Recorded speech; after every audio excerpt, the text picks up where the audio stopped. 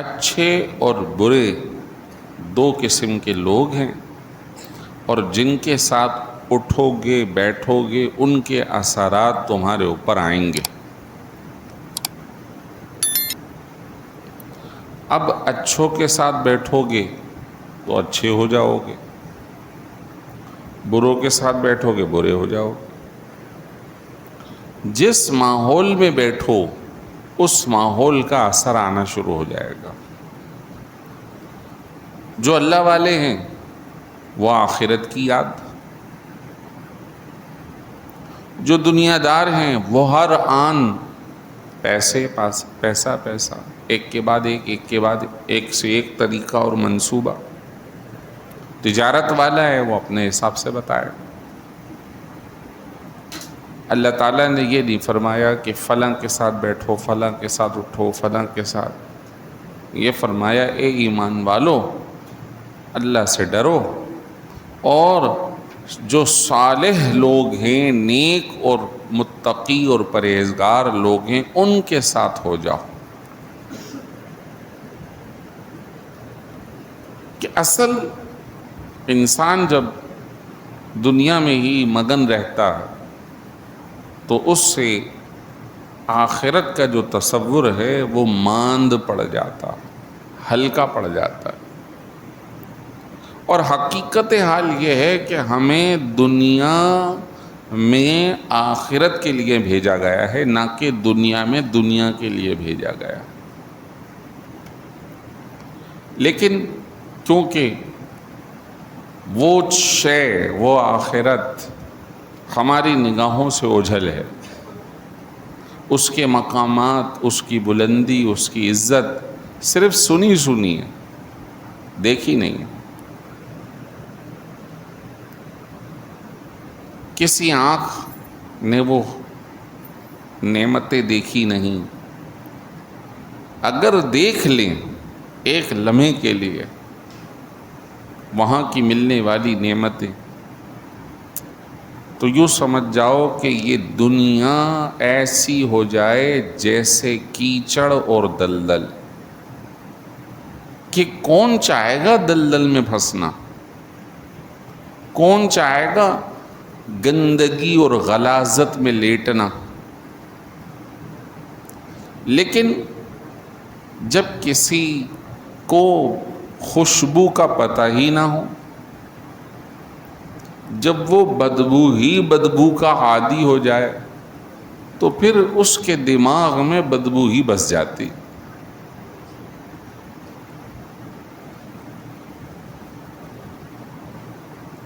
شیخ Saadi اور مولائے روم یہ دو بڑے بزرگ گزرے جنہوں نے سادہ سی اسٹوریاں، واقعات بیان کر کے لوگوں کو سمجھانے کی کوشش کی،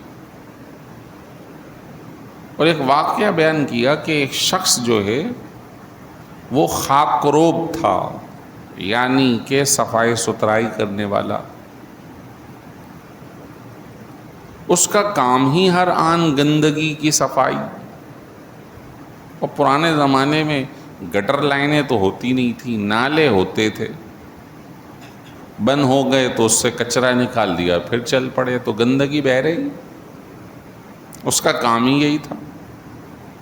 وہ صفائی کرتے کرتے عطر فروشوں کی گلی چلا گیا، اب وہاں ہر آن خوشبو ہی خوشبو۔ اس خوشبو کے مارے وہ بے ہوش ہو گئے، اس کو خوشبو چڑھ گئی۔ اب اسے اٹھائیں نہ اٹھے تو اور خوشبو والے ایک یہ خوشبو سونگھائیں وہ سونگھائیں، وہ کہاں اٹھنے والا۔ تو ایک دیکھنے والے نے جا کے اس کے دوسرے ساتھی کو بتایا کہ تمہارا ساتھی وہاں بے ہوش ہو گیا۔ اس نے کہا میں آتا ہوں، بس ابھی ہوش میں آ جائے گا۔ وہ جلدی جلدی پہنچا اور اس کے منہ پہ ہاتھ رکھا اور وہ اٹھ گئے۔ بولا بھائی تو نے کیا کام کیا؟ ہم تو اس کو یہ والی خوشبو سنگھا رہے ہیں، یہ والی سنا رہے، یہ والی، یہ تو ہوش میں نہیں آ رہا۔ تو کہنے لگا میں نے کوئی خوشبو نہیں سنگھائی، جن کا یہ عادی ہے نا وہ سنگھایا ہے، یہ گندگی میں اپنی آستین میں بھر کے لایا ہوں، یہ اس کی ناک پہ رکھیے، تو یہ اٹھ کے بیٹھ گیا۔ ہے چھوٹا سا واقعہ، لیکن حقیقت حال کا اظہار ہے کہ انسان کے دماغ میں جب بدبو ہی بھر جائے تو پھر اسے خوشبو کا احساس نہیں رہتا۔ لاکھ اسے سمجھاؤ، اسے اچھائیاں بتاؤ، لیکن اس کا اثر اس پہ نہیں ہوتا۔ اس کی وجہ یہ ہے کہ وہ صبح و شام گندگی میں ہے، اور اللہ تعالیٰ اسی کے بارے میں فرما رہا ہے کہ اے ایمان والو، اللہ سے ڈرو، تقوی اختیار کرو، اور صالحین کے ساتھ اٹھنا بیٹھنا کرو۔ اور صالحین کے ساتھ اٹھنا بیٹھنا، صالحین کی مجالس۔ اب صالح کا کیا تصور ہے؟ صالح کا کیا تصور ہے؟ صالح کا تصور بنیادی طور پہ یہ ہے کہ وہ جو حلال حرام کی تمیز کرتا ہو، جو اچھے اور برے کی تمیز کرتا ہو، جو فرائض و واجبات کا اہتمام کرتا ہو، وہ صالح کے درجے میں ہے۔ یہ نہیں ہے کہ جناب والا وہ کوئی انہونی کر دے۔ لوگ تعویذ اور اس طرح کے دیگر معاملات کو ہی حقیقت سمجھتے ہیں، یہ نہیں۔ یہ کام تو بہت سارے غیر مسلم بھی کرتے ہیں، اور ہر جملے کا، ہر عمل کا اثر اچھا برا دونوں موجود ہے۔ یہ نہیں ہے حقیقت۔ حقیقت یہ ہے کہ وہ جو اللہ کے حکم پر عمل درآمد کرے۔ نبی پاک صلی اللہ علیہ وسلم نے کتنے تعویذات دیے تھے، کتنے دم کہ انہوں نے سلسلے جاری فرمائے تھے؟ نہیں، ان کی ساری تعلیمات شریعت مطہرہ کے عین مطابق ہے۔ اب ثانوی درجے میں، سیکنڈری درجے میں کوئی مریض آتا تھا، حضور اس کو دم کرتے تھے، وہ صحیح ہو جاتا تھا۔ حضور دعا پڑھ کے پھونکتے تھے، وہ صحیح ہو جاتا تھا۔ اس کے کان میں بھی کچھ کہہ دیتے تھے، وہ صحیح ہو جاتا تھا۔ لیکن آپ نبی پاک صلی اللہ علیہ وسلم کی آمد مبارکہ وہ اصلاح امت کے لیے ہیں، اصلاح احوال کے لیے ہیں، اور دنیا سے موڑ کر رب کی طرف جوڑنے کے لیے۔ تو اے ایمان والو، تقوی اختیار کرو، اور تقوی کیا ہے؟ حرام حلال کی تمیز، حرام کو چھوڑنا، حلال کو اختیار کرنا۔ اور اب اگلا درجہ کہ انما الاعمال بالنیات، اعمال کا دار و مدار نیت پر ہوگا۔ اگر وہ حلال حرام کی تمیز خالص اللہ کی رضا کے لیے ہے، پھر تو درجہ وہ ہوگا کہ جس کا کسی نے سوچا بھی نہ ہوگا۔ صالحین امت وہ کون ہیں؟ جو ظاہری اعمال بھی کر رہے ہیں اور باطن میں اللہ کی رضا کے بھی طلبگار ہیں۔ انہیں کسی سے، دنیا والے سے لینا دینا ہی نہیں ہے، طلب ہی نہیں ہے۔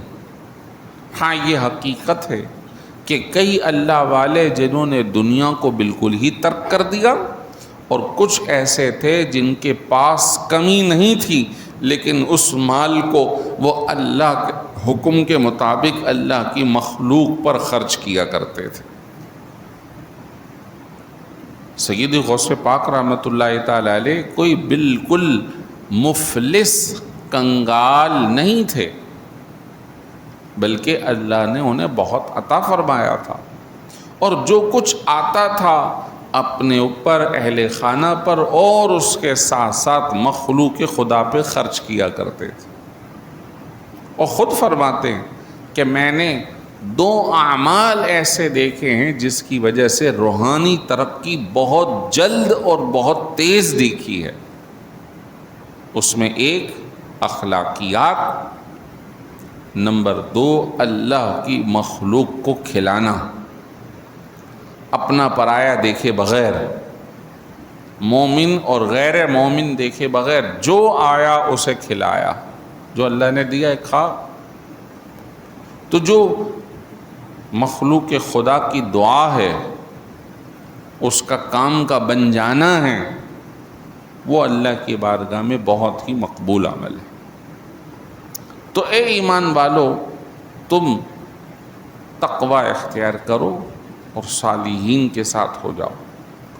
اور جو صالحین ہیں ان میں درجات ہیں، سب سے پہلے انبیاء و مرسلین علیہم السلام، پھر صحابہ کرام ہیں، پھر تابعین ہیں، پھر ان کے بعد صوفیاء عظام ہیں، اور پھر ان صوفیاء عظام میں، ان بزرگوں میں، سارے صوفیاء و بزرگوں کا اس بات پر اتفاق ہے کہ اللہ نے مقام بلند حضرت شیخ عبد القادر جیلانی رحمۃ اللہ تعالی علیہ کو عطا فرمایا۔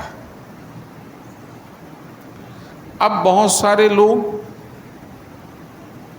اس بات کو تسلیم کرتے ہیں، بہت سارے تسلیم نہیں کر رہے، لیکن کسی کے تسلیم نہ کرنے سے کسی کے مقام کی بلندی کم تو نہیں ہوگی، گھٹے گی تو نہیں۔ کیا ہمارے پیارے نبی علیہ السلام کے مد مقابل جو کفار تھے وہ آپ کو کیا امام الانبیاء مانتے تھے یا نہیں مانتے تھے؟ نہیں مانتے تھے، تبھی تو وہ کافر ہوئے۔ وہ تو رسول بھی نہیں مانتے تھے، وہ کہتے تھے کہ یہ ہماری طرح، اگر رسول ہیں تو ان کے اوپر فرشتہ کیوں نہیں آسمان سے آ جاتا؟ یہ بازار تجارت کرنے کیوں جاتے؟ بطور انسان یہ سارے کام اپنی کیے تاکہ امت کو اس کی تربیت عطا فرمائے۔ اگر اللہ تعالیٰ چاہتا اور نبی علیہ السلام کو ان چیزوں کے سکھانے والا نہ بناتا تو پھر آپ کو بھی اللہ تعالیٰ آپ گھر بیٹھے کہیں جائے آئے بغیر دینے پر قادر ہے، اور کیوں نہ دیتا؟ کیا دیا نہیں ہے؟ دیا ہے۔ قرآن پڑھیے، حضرت عیسیٰ کی والدہ نبی تو نہیں ہے، لیکن قرآن یہ کہتا ہے کہ جب حضرت زکریا ان کے حجرے میں گئے تو وہاں تو مختلف قسم کے کھانے دستیاب تھے۔ قال انا لکی ھذا، حضرت زکریا نے پوچھا بی بی مریم یہ تمہارے پاس کہاں سے آ گیا؟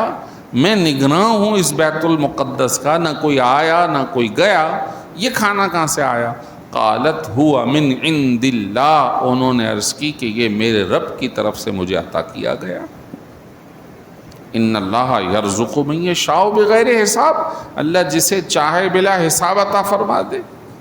تو جب ایک غیر نبی کو اس کے حجرے میں مل سکتا ہے، نہ کوئی آیا نہ کوئی گیا، تو پھر اللہ نبی کو کیوں نہیں عطا فرمائے گا، اور نبیوں کے امام الانبیاء کو کیوں نہیں عطا فرمائے گا؟ فرما سکتا، وہ قادر مطلق ہے۔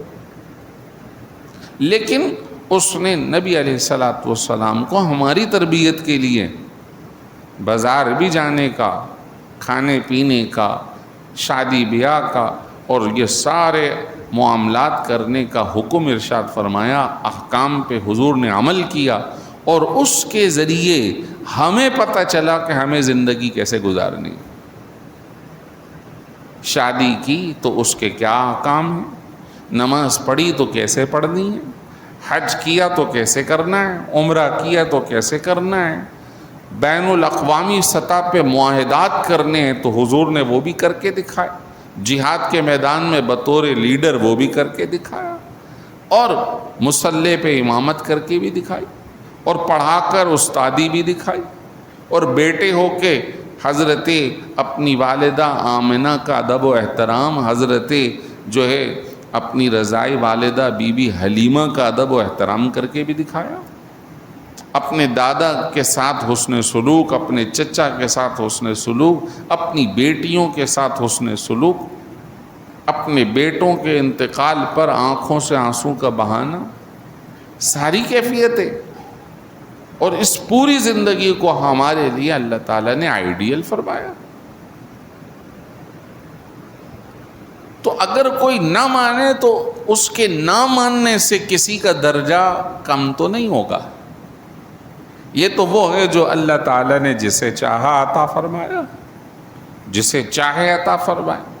تو اس بات پر علماء کا، صوفیاء کا، بزرگوں کا، صالحین کا اتفاق ہے کہ اللہ نے اپنے پیارے سیدی عبد القادر جیلانی رحمۃ اللہ تعالی علیہ کو اولیاء میں سب سے بڑا درجہ عطا فرمایا. اور کبھی کبھی یہ بزرگ، یہ صالحین اپنی حقیقت کو بیان بھی کر دیتے، جیسے حضور نے بھی بیان فرمایا. حضور کی حدیث شریف صحیح حدیث شریف ہے، لوگ مانے نہ مانے اس سے کیا فرق پڑتا ہے. جو حضور کا مقام تھا آپ نے خود ارشاد فرمایا، انا سید ولد آدم بلا فخرا. لوگوں سنو، فخر نہیں کر رہا، تکبر نہیں کر رہا، لیکن حقیقت یہ ہے کہ سارے انسانوں کا، آدم کی ساری اولاد کا اللہ نے مجھے سردار بنایا ہے. بیدی لواء الحمد ولا فخرا. کل قیامت میں اللہ کی حمد و ثنا کا علم اور جھنڈا میرے ہاتھ میں ہوگا. اس میں فخریہ نہیں کہہ رہا، تکبر نہیں کہہ رہا، حقیقت یہ ہے. وَآدَمُ تَحْتَ اللِّوَاءِ وَلَا فَخَرًا. اور کل قیامت میں میرے جھنڈے کے نیچے بھی حضرت آدم ہوں گے، لیکن یہ فخریہ نہیں کہہ رہا میں آیا تو آدم کی اولاد میں ہوں، لیکن جھنڈا اور علم میرے ہاتھ میں ہوگا، مقدم میں ہوں گا، اور یہ سارے میرے علم کے نیچے کھڑے ہوں گے. حضور نے فرمایا سب سے پہلے میرے لیے جنت کا دروازہ کھولا جائے گا. جب میں کھٹکھٹاؤں گا حلقہ جنت کو، جنت کے دروازے کو، تو اندر سے رضوان جنت فرشتہ، اس کا نام رضوان ہے، وہ پوچھے گا آپ کون ہیں؟ میں کہوں گا محمد صلی اللہ علیہ وسلم. تو وہ کہے گا بکا امرت یا رسول اللہ، مجھے اے اللہ کے رسول آپ کے لیے حکم دیا گیا ہے، آپ آئیں گے تو دروازہ کھلے گا. حضور نے فرمایا کوئی مانے نہ مانے حقیقت یہ ہے. اسی طرح صوفیاء، بزرگوں میں، صالحین میں اللہ نے انہیں مقام عطا فرمایا. اب انہوں نے اپنی صالح زندگی گزاری، لوگوں کی تربیت کی، خود بھی شریعت پہ قائم رہے اور شریعت کے احکام ہی سکھاتے رہے، بتاتے رہے. اور بڑے بڑے اہل اللہ ان کے پاس بیٹھ کر ادب و آداب سے اپنے ظرف کے مطابق ان سے فیض لیتے رہے، اپنے ظرف کے مطابق. یوں سمجھ لو کہ ایک خوب پھلدار درخت ہے. اب کوئی پھل کھانے والا اپنے پیٹ کے مطابق ہی ان پھلوں کو کھا سکتا ہے. کوئی 2 کھائے گا، کوئی 4 کھائے گا، کوئی 10 کھا لے گا. لیکن یہ مطلب نہیں ہے کہ اس نے سارے پھل کھا لیے، کیونکہ اللہ نے اس درخت کو بہت پھلوں سے مالا مال کیا ہے، جس میں لطف ہے، ذائقہ ہے، مٹھاس ہے. اور وہ ذائقہ جو اللہ تعالیٰ نے اس تقوی اور طہارت میں عطا فرمایا ہے، جو لذت عطا فرمائی ہے، اس لذت کو وہی سمجھ سکتا ہے جسے یہ لذت عطا ہو جائے. یہ کبھی کبھی مل جاتی ہے، کبھی بیٹھے ہیں اللہ والوں کے پاس تو ایک بات بھی دماغ کو لگ جاتی، جب نبی نماز پڑھیں تو ایک سجدہ بھی لگ جاتا، تلاوت کریں تو ایک تلاوت لگ جاتی ہے. واہ، وہ جو ذائقہ، جو لطف ہے، پھر یاد کرتے رہتے ہیں. پوری زندگی وہ لطف نہیں آیا جو اس وقت آیا تھا. یہ اللہ کی طرف سے آتا. اب سیدی غوث پاک کا ایک قصیدہ ہے، ایک تو قصیدہ غوثیہ مشہور ہے جو لام قصیدہ لامیہ کہلاتا ہے، سقان الحب کا سات الوصالی. ایک حضرت شیخ عبد الرحیم رحمۃ اللہ تعالی علیہ نے اپنی کتاب سیرت غوث پاک میں حضرت کی پرانے خلفاء کی کتابوں سے نکال کے ایک قصیدہ لکھا، اس کے چند ایک اشعار، یہ بھی قصیدہ غوثیہ کہلاتا ہے، لیکن اتنا معروف نہیں ہے، کتابوں میں درج ہے. آپ اس مقام کا جو اللہ نے آپ کو دیا اظہار کیا کر رہے؟ کہنے لگے ما فی الصبابتی منہل مستعذب الا ولی فیہ الالذ الاطیب. عشق و محبت کی کوئی بھی ایسی کیفیت نہیں، ایسا جام نہیں جس کا سب سے خوشگوار اور عمدہ ترین جام مجھے نہ ملا ہو. کیفیت اللہ کی عشق و محبت کے جتنے بھی مقامات ہیں، کوئی ایسا مقام نہیں جو اللہ نے مجھے نہ عطا کیا ہو. اللہ نے اپنی محبت کے سارے درجے مجھے بھی عطا فرمائے.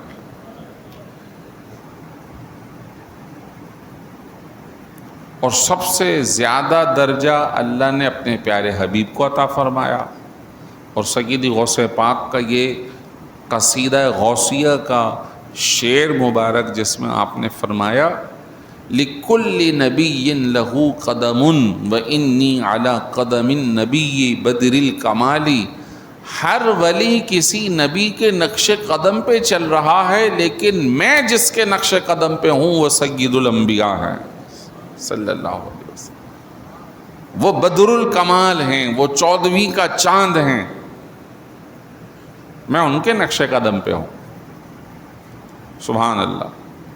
کہنے لگے او فی الوصال مکانۃ مخصوصۃ الا منزلتی اعز و اقرب. وصال محبوب، اللہ کے قرب کا کوئی ایسا مقام نہیں جہاں میری منزلت سب پر اعلیٰ اور سب سے قریب تر نہ ہو. چلے تو بہت ہیں اولیاء اور اللہ کے قرب کو پانے چلے ہیں، لیکن جس جس منزل پر ٹھہرے، جس جس مقام پر ٹھہرے اس قرب کے لیے فرمایا ہر اس مقام پر میرا بھی مقام ہے، لیکن سب سے قریب ترین اللہ نے مجھے اپنا قرب عطا فرمایا. اب یہ کیا ہے؟ یہ مقامات ہیں، یہ اولیاء اللہ کے درجات ہیں جو اللہ تعالیٰ اپنے پیاروں کو عطا فرماتا ہے. اس میں سیدی غوث پاک علیہ رحمت. اب یہ فضائل کی جو میں ساری باتیں کر رہا ہوں، اصل میں آج کے زمانے میں سوشل میڈیا کا زمانہ ہے. کچھ لوگ ان صوفیہ کے بارے میں باتیں نیگیٹو کرتے ہوئے نظر آتے ہیں. تو جہاں دنیا کی اور بہت ساری باتوں کے اندر خرابی واقع ہو رہی ہے، اس کی ایک صورت یہ بھی ہے کہ اللہ والوں سے لوگوں کو دور کرنے کی کوشش ہو رہی ہے. حالانکہ یہ اللہ والے ہیں جو اللہ سے ملا دیتے ہیں. صحبت کا اثر بہت تیز رفتار ہے، بہت تیز رفتار ہے. انسان اپنے عمل سے، تسبیحات سے، ذکر و اذکار سے اس درجے کو بسا اوقات نہیں پاتا جو ایک نقطے میں، ایک لمحے میں اللہ والے دل کو جوڑ کر اللہ تک پہنچا دیتے. اب ان کی تعلیم سیدھی سادی سی ہوتی ہے کہ بھائی اپنی زندگی کو سادگی سے گزارو، دکھلاوے کی طرف نہ جاؤ، دکھلاوے کی طرف نہ جاؤ. اب بسا اوقات ہم دیکھتے ہیں کہ ہم ہر عمل دکھلاوے کے لیے کر رہے ہیں. ہر عمل، یہ جو سیلف، لوگ مجھے دیکھیں، اب کسی کے ذہن میں آ سکتا ہے مفتی صاحب اس کے خلاف تقریر کر رہے ہیں، یہ مائک لگا ہوا ہے، یہ کیمرہ لگا ہوا ہے۔ یقین مانے میری طلب کے بغیر نمازیوں کی طلب پہ یہ مؤذن صاحب بیٹھے ہیں، کئی مرتبہ مفتی صاحب یہ کر لو کر لو، میں نے بھائی آپ نہیں سنبھالنا ہے۔ اور یہ نیت ہے ہماری کہ ہم اگر کوئی اصلاح کی بات کریں وہ ہمارے ساتھیوں کو پہنچ جائے، اور اس کے ذریعے اگر کسی کی اصلاح ہو سکتی ہے، کہیں جا سکتا ہے، اللہ کرے کہ وہ ہماری بھی اور ان کی بھی اصلاح کا ذریعہ بن جائے۔ بس اگر نیت کے اندر یہ فطور آ گیا کہ لوگ واہ واہ کریں، تعریفیں کریں، خوش آمدیں کریں، تو سمجھ جاؤ کہ ہماری زندگی کا یہ عمل ضائع ہے، اس کا کوئی ثواب نہیں ملنے کا۔ انما الاعمال بالنیات، اعمال کا دار و مدار نیت پر ہے، تو ہمارا آنا بھی اپنے اللہ کی رضا کے لیے ہونا چاہیے، دکھلاوے کے لیے نہیں، کسی اور کام کے لیے نہیں۔ ایک صاحب مکے سے ہجرت کر کے مدینے گئے اس زمانے کے اندر، جس وقت ہجرت فرض تھی، جو بھی مسلمان ہے وہ مکے سے نکل جائے، تو ایک صاحب وہاں پہنچے تو کہنے لگے میں تو یہاں کسی ایک خاتون کے سلسلے میں آیا ہوں کہ مجھے اس سے نکاح کرنے کا موقع مل جائے۔ تو حضور نے فرمایا بھائی جس نے جس چیز کے لیے ہجرت کی اس کی ہجرت اسی کے لیے ہے، تو جس نے اللہ اور اس کے رسول کے لیے ہجرت کی اس کی ہجرت اللہ اور اس کے رسول کے لیے ہے، اللہ اس کا اجر و ثواب اسے عطا فرمائے گا، اس کے پچھلے گناہ معاف ہو جائیں گے۔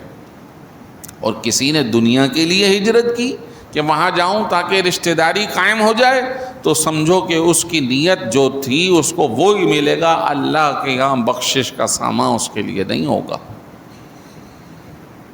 واضح فرما دے، یہی کچھ ہم سب کے لیے ہے اور یہی ان کا سبق ہے۔